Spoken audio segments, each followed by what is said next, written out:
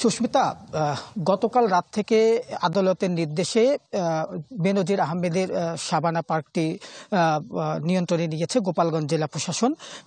এটি এখন থেকে জেলা প্রশাসনের নিয়ন্ত্রণেই পরিচালিত হবে। তবে আমরা আরেকটি বিষয় জানতে পেরেছি যে কিছুক্ষণের মধ্যেই গোপালগঞ্জ এবং মাদারীপুরের জেলা প্রশাসনের 2টি দল এবং অপর দুদকের আরও 2টি দল এই শাবানা পার্কে আসবেন এবং এখানের যে মালামাল এবং যে সম্পত্তি রয়েছেন সেটি তারা একটি তালিকা তৈরি করবেন। তালিকা তৈরি করে সেটি তারা একদম পুরোপুরি এটি বুঝিয়ে নেবেন। আর এই পার্কের যে যাবতীয় যে অন্যান্য কাজগুলো রয়েছে এই কাজগুলো কিন্তু জেলা প্রশাসনের নেতৃত্বেই পরিচালিত হবে।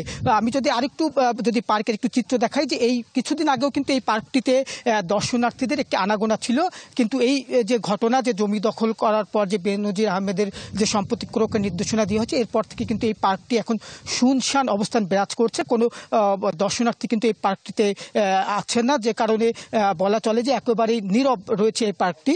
আর আরেকটি বিষয় হচ্ছে যে গতকাল রাতে এই পার্কের মধ্যে কিছু মাছের ঘের রয়েছে, সেখান থেকে গোপনে প্রায় 900 কেজি মাছ বিক্রি করার সময় প্রশাসন সেটি আটক করে এবং সেটি বিক্রি করে প্রায় 83,000 টাকা রাজস্ব কোষাগারে জমা দেওয়া হয়েছে। আর যেহেতু একটি প্রতিনিধি দল কিন্তু শাবানা পার্কে আছেন, এরপর পরবর্তী যে করণীয় কি সেটি আমরা সেখান থেকে জানার পর দর্শকদের জানিয়ে দেব। সুস্মিতা, এই ছিল আমার কাছে গোপালগঞ্জের শাবানা পার্কের সর্বশেষ খবর। বাদল, আপনাকে ধন্যবাদ। সাভানায় ইকো পার্কের বিষয়ে সর্বশেষ পরিস্থিতি জানাচ্ছিলেন বাদল সাহা।